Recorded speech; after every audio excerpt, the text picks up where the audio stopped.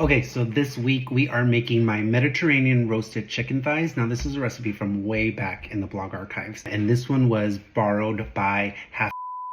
And just to put it out there, Half is known to constantly borrow people's recipes. If you know, you know. To her credit, she did change my recipe slightly by using boneless, skinless chicken breast instead of the bone-in thighs that I use.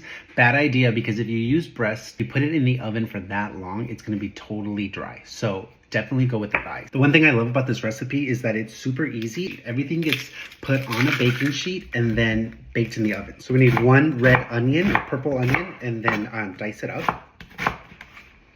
We also want one red bell pepper. Next up, we need some fingerling potatoes. I'm just slicing them in half lengthwise. Chop up a few cloves of garlic, a cup of cherry tomatoes, and about 2 tablespoons of capers that we're gonna drain.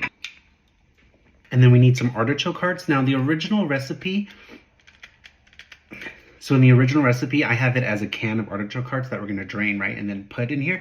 But I had this jarred artichoke hearts that are marinated in the pantry that I'm never gonna use, and so I thought I'll just use that. Drizzle in 2 tablespoons of olive oil, some black pepper, dried oregano, and crushed red pepper flake. And then just give it all a good toss. Next, you want to nestle in some bone-in, skin-on chicken thighs.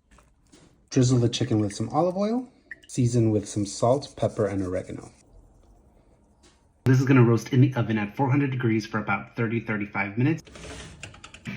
So this has been roasting for about half an hour. We're gonna sprinkle this with some olives. These are pitted Greek olives, and then return it to the oven for about 10 to 15 minutes until the chicken is fully cooked.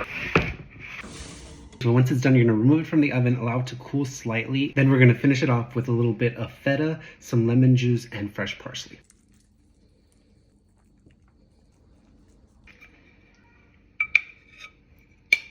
All of the veggies are in there, so you don't really need a side, but if you want, you can serve this with some couscous or even rice, or if you're trying to be healthy, a Greek salad would be delicious as well. Get the perfect bite.